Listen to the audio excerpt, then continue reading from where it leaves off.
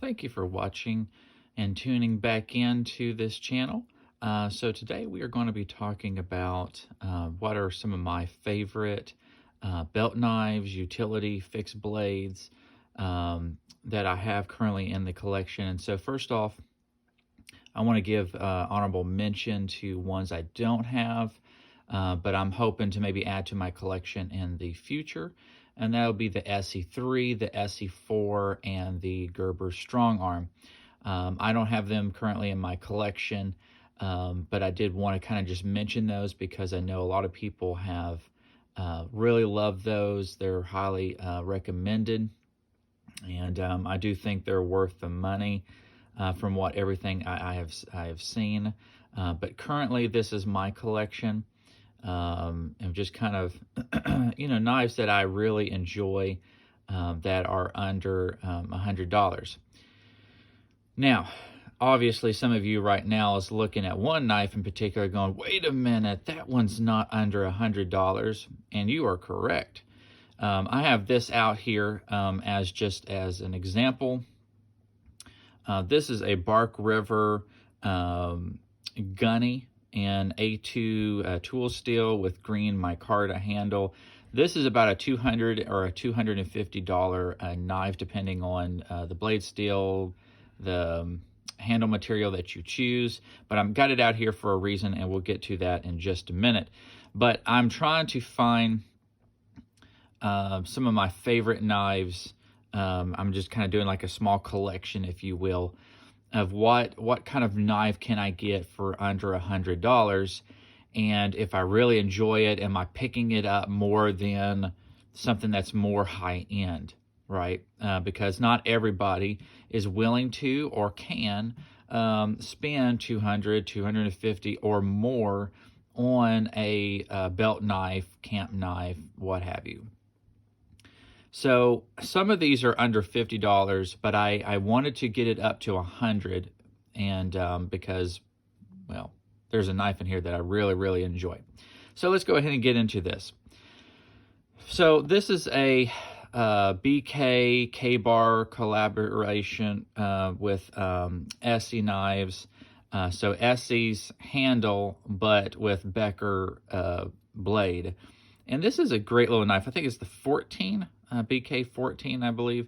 And this is a great little knife. If you like a skeleton knife, very lightweight, maybe you're a very minimalist, minimalist hiker, or something like that, where you want something really thin, lightweight, but still gets the job done.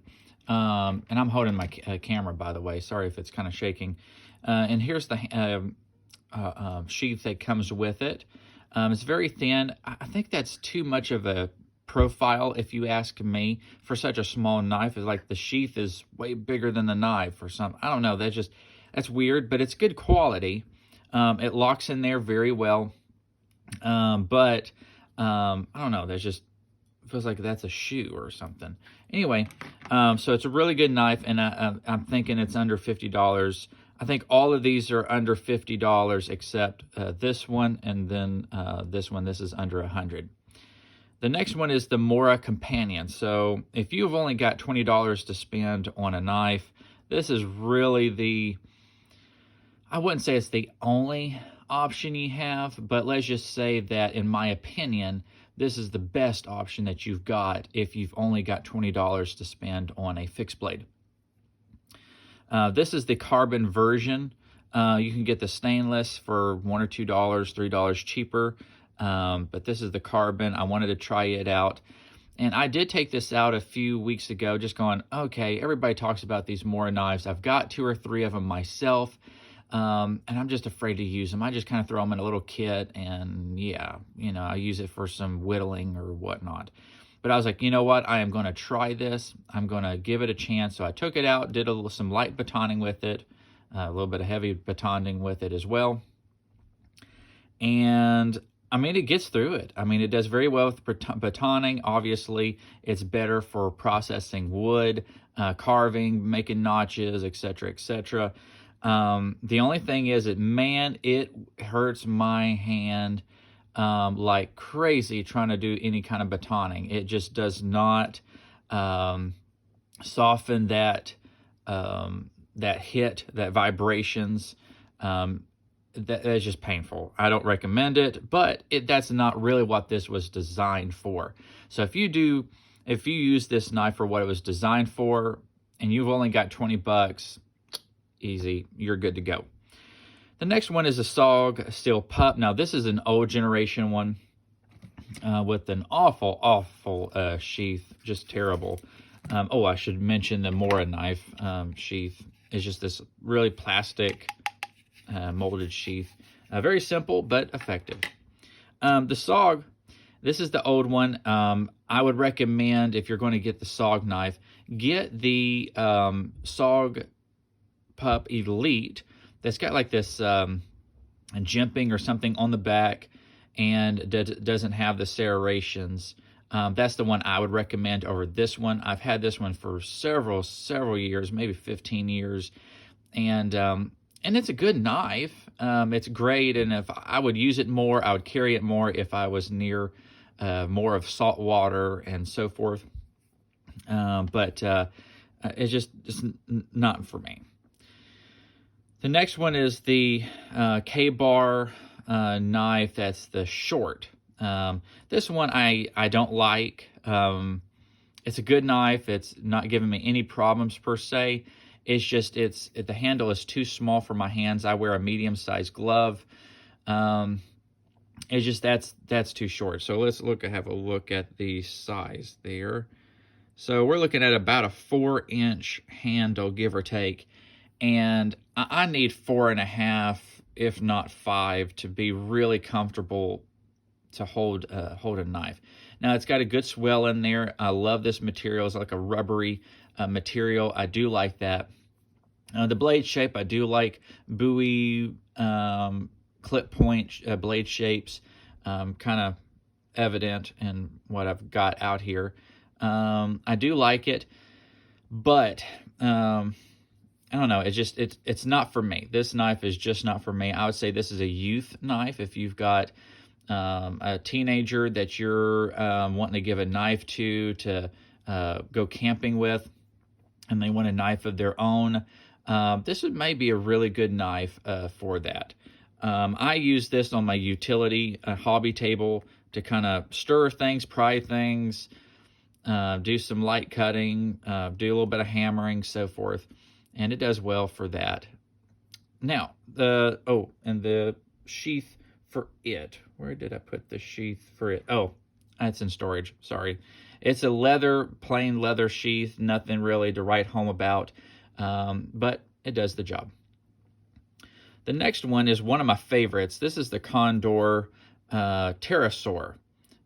This is a amazing knife. It's under $50, and I would say that this is the second best fixed blade knife that you can buy under $50. If you are wanting to do kind of like a bushcrafting, you're doing a survival class, you are wanting to just mainly process wood, maybe you've already got an axe, you've already got a saw, you've already got a large fixed blade, and you're wanting a knife that you can kind of put along with those tools, then I think this is probably the best knife that someone can get under $50. The handle is very comfortable. I may put a Ranger band or something like that on there just for an extra little bit of traction. It doesn't really need it, but that's just my opinion. How this kind of sticks out there, that tang, this is a full tang knife, so it kind of sticks out in the back. I do like that. And I think it's like a 1075, 1085 tool steel. And works well. I mean, it sharpens very easily. It's got a like a 90-degree spine on it if you are wanting to do like some sparks on a ferro rod. Why would I choose this knife over the Mora? The Mora, and you can find this on all kinds of YouTube videos, so I won't go into too much detail about it, but this is not a full tang knife. It's like a 3/4 of a tang. It's in somewhere right in here, and it's fine. I mean, you know, too many people gripe about it not being a full tang knife, and I understand that. I prefer full tang knives. But for what this knife is created to be, and for it being under $20, you can't beat it, right? But if you have the money, I would just save the money, get you another $20, $30, wait another paycheck or two, and get this. If you're just wanting a solid knife that can do maybe slightly more, maybe it's a little bit more robust, just has a little bit more weight to it. The sheath is like a molded Kydex, not a Kydex, plastic sheath, very similar to the Mora, but it has kind of like a loop here for the belt. I added this D-ring on there, and I have a dangler loop, leather loop here that I bought from Etsy, that I change out with some of my knives with these little D-rings. I think I got them on Amazon, very cheap. And it works very well. It gets the job done. It's got a drainage hole on the bottom to let out any kind of water that gets in there. But I would prefer this. If you've got $50 and you had to choose between the two, I'd just get that one. It's just slightly better, in my opinion, on most, if not all, things. The next knife is the Cold Steel Master Hunter. This is in the VG1 Sanmai 3. It's very thick. It's kind of got a little bit of a weight to it, but I love this handle. Let's have a look at this handle, kind of like what we did earlier. So see, it's about a 4.5 inch handle, give or take. And that just right there, I mean, if I do like a hammer grip, I've got all kinds of room.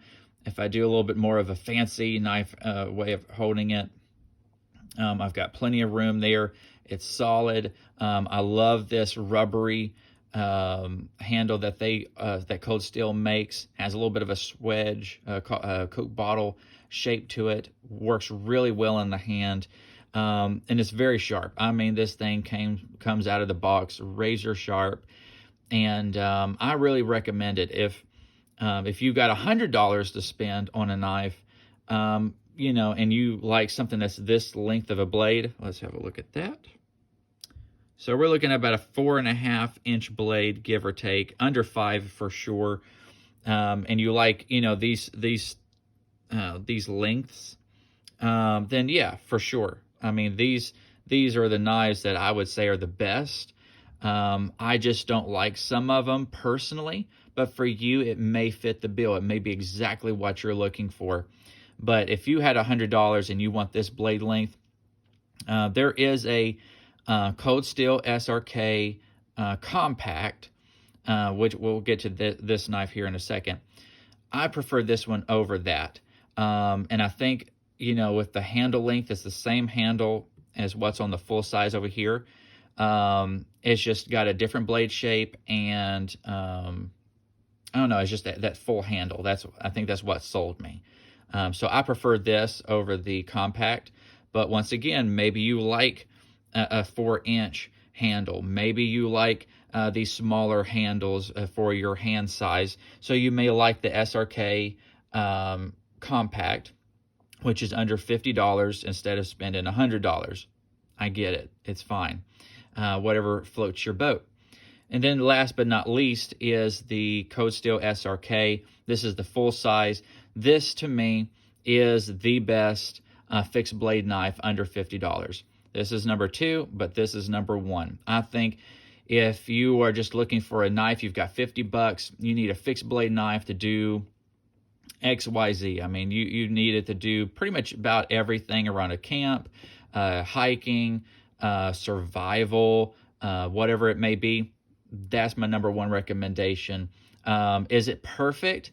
No, it's not a perfect knife. It is not a, I'm not going to give it 100, but I will give it a 95, 96, maybe even a 97. You know, and they do have a higher end model of this. I think it's 3V tool steel, but it's over $100. I think it's like $130. But for less than 50, I've got 3 of these. 2 of them I bought for $35 because they were on sale. And so to me, just get this version. This is the SK5 steel. It's kind of like a 1095 from my understanding. So I think this is the best under $50 knife that you could buy. If it's $100 that you can spend and you don't really like this blade length, or maybe you like the full flat grind, whatever it may be, then this is the best knife under $100. And then, of course, this is the second best under $50. Now, while we got these other knives out here, let's have a look at these. This is another knife that I don't really recommend. It's under $50, at least when I bought it. I've been using it as a kitchen knife, but I want you to see these. See those chips in the blade? Man, this thing chips like nobody's business, and it doesn't hold an edge very well. And I've been using it as a kitchen knife, and I mean it's got a great blade shape. It's the steel that they used. The handle's fine. It's very comfortable. Fits my hand. Works really well in the kitchen. It's just the steel. That steel is just 8CR13 MOV. I don't recommend the steel. Until they upgrade the steel, I don't recommend this knife.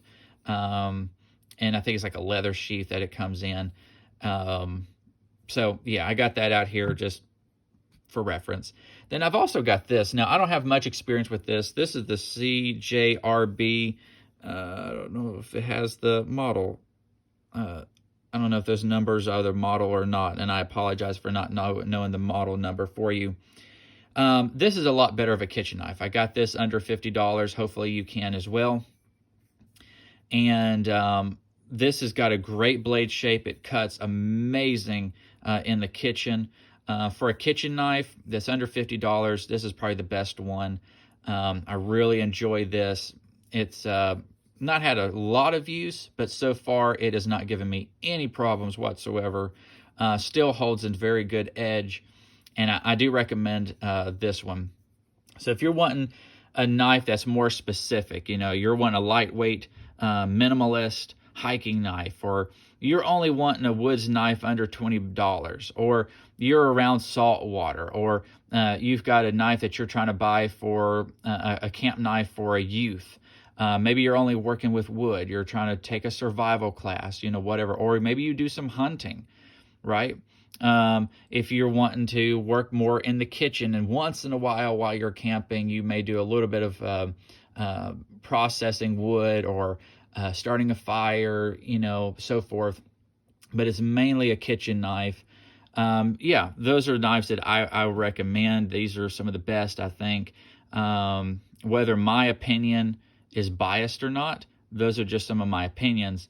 But the best knife, and I've said it already, the best knife under $50, the best knife under $100 that I would recommend to anybody as of right now is the Cold Steel SRK. It's the knife that does about everything very well. Not the best. It's not going to be as good of a kitchen knife as this. It's not going to be the best hunting knife compared to this. It's not going to process wood and make notches and so forth like this would do. And that's okay. I mean, if you're just wanting one knife to do everything, it's kind of hard to find that. In fact, it's near impossible. And last but not least is I've got this out here for $200 and $250, just to kind of compare it. That understand that when you get a knife under $50 or under $100, it's not going to be to the same level as this. This is a very this is an heirloom quality type knife. I love Bark River. I've got a video on their quality control, and we won't go into that in this video. But overall, I do like the knives. I put I forced a patina on it with mustard. And it is just an amazing knife. It's very comfortable in the hand. It's got this Coke bottle shape to it that just fills my hand like perfect. It's quality, right? You're not going to find this level of quality on one of these, or for sure not under $20. But if you've only got $50, if you've only got $100, these knives out here will do like 99%, maybe even 100, or sometimes maybe even better, depending on the task, than a knife like this. The only reason why this is more expensive and maybe something you would save for is if you want something that's more of an heirloom quality, something that you can pass on from to your children, your grandchildren, and that's pretty much it. It's just having some extra finishing touches, higher quality steel or handle material and so forth.